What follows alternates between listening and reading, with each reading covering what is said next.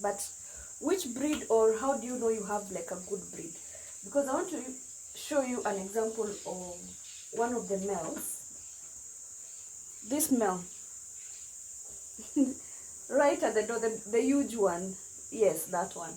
So one of the characteristics that you want to look out for when you go to the market, to look out for goats, even though sometimes I don't like going to the market to buy my stock, and I will do a video demonstrating why. But in case that's like the only option that you have in your local market, and you do not have neighbors who are selling you these goats, or you do not have someone you trust, because the goats I've seen at the market, because I've been in several markets, the goats that I've seen there are not goats that you can keep as stock. Those are goats that you buy and maybe eat, or buy and do something else.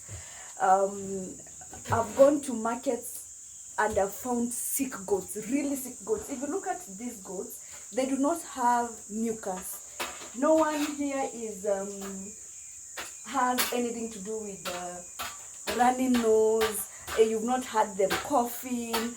Their skin is quite okay.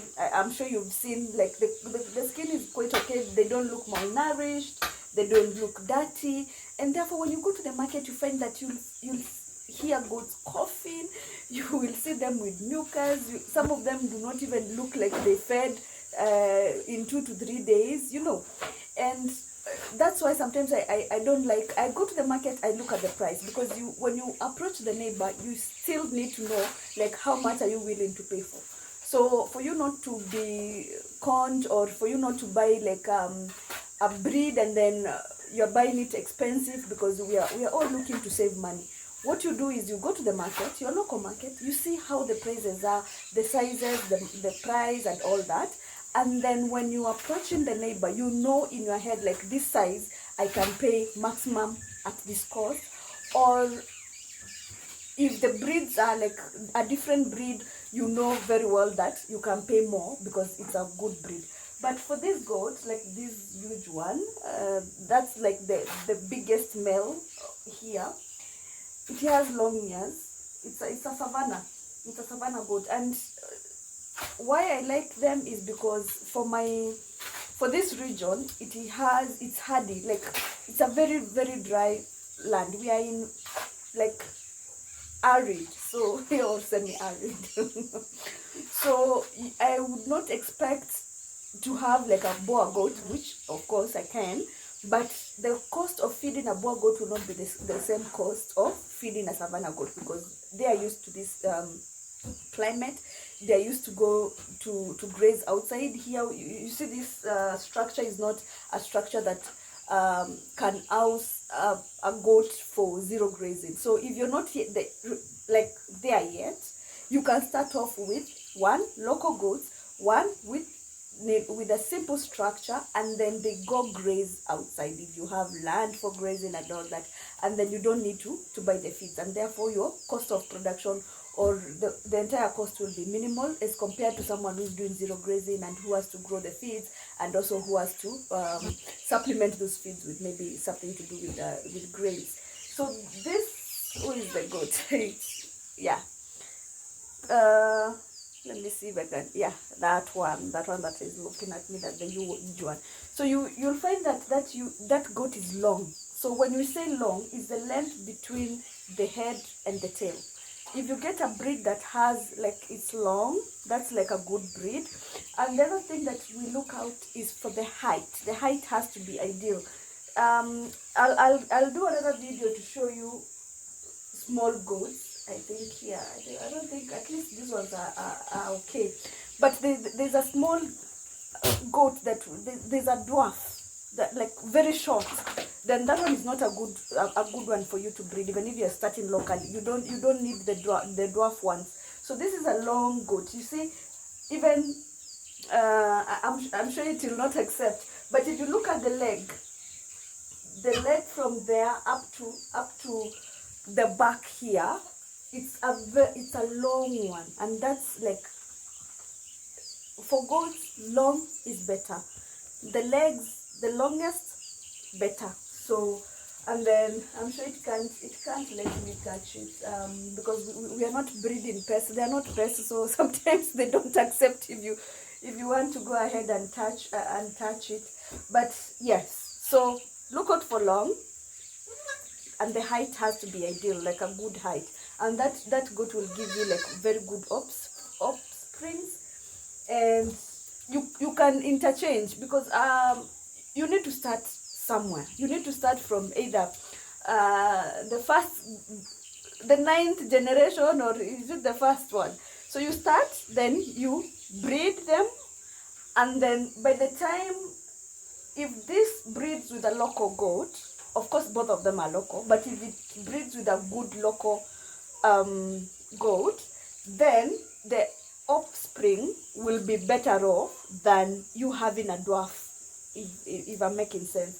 And then the generation for that, you still breed it more, and then you'll go first, second, that generation. By the time you reach to a fourth, it will be like almost like a very hybrid sort of goat. And at the same time, I don't know if it will let me, yeah, okay, I'll do another video whereby I can show you up close and I can have them being touched. But this is how the goats are at the moment. A flock of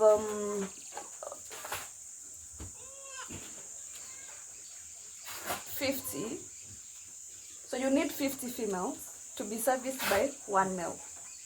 So that's like a 50:1. That's the ideal. Here we have the males. We have some males here, but what we do is, when they get to that mature stage, you segregate, you remove them from your herd, you remove them, and you sell them off, because those are like your dividends. That's the interest in farming. So you sell them off, and then you buy the more females per se, if that's how you grow your breed. So the moment that when you have like the small kids, this one is suckling. Let me show you. So cute, but the mother doesn't want it. Yeah, so you keep on removing the males out of, separating the male kids from their mothers, because you don't want to inbreed them. And again, because you need to sell those off so that you can be able to buy new flock. As a startup, it's always good to start with 50. Who is this smelling my leg?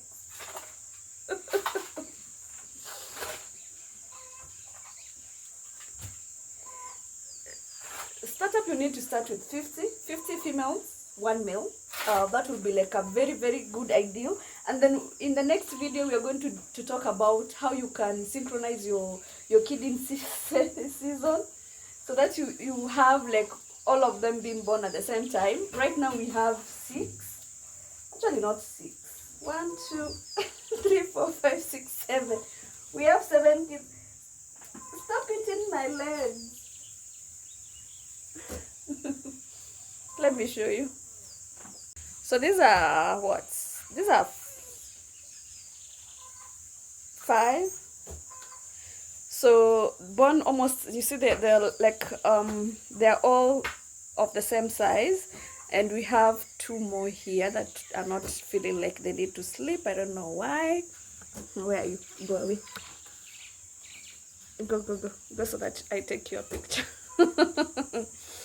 Yeah, so these 2, so we have a total of 7, and that 7 is almost, you see, this is like almost half the flock that we have, not like almost half the mature age that is here, has already given us offsprings at the same time.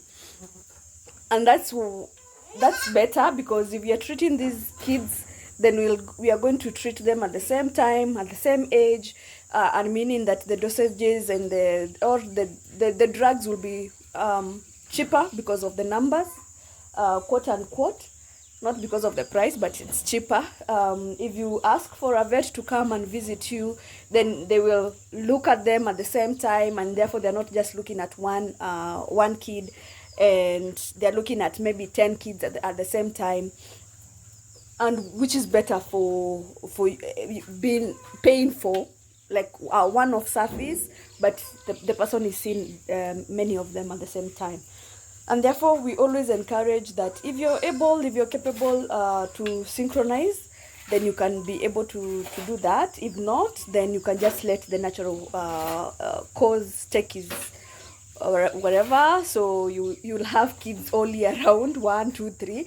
But if you start with 50 and you make sure that you have like that synchronized, you will be having like 40 kids in one season. And that's like a very good number. When you go to the market to sell off maybe the males, and you're selling off like 20 at a go, then you get a best price. You get something that is lump sum, something that can be used to invest elsewhere if you're expanding your investment and all that. So this is me just showing you what you're doing right now and loving it at this stage, and I hope you are loving it too. So if this is your kind of video, and if you want to start your goat farm, please click on the subscription and notification bell on, and let's do this another time. See you and bye bye.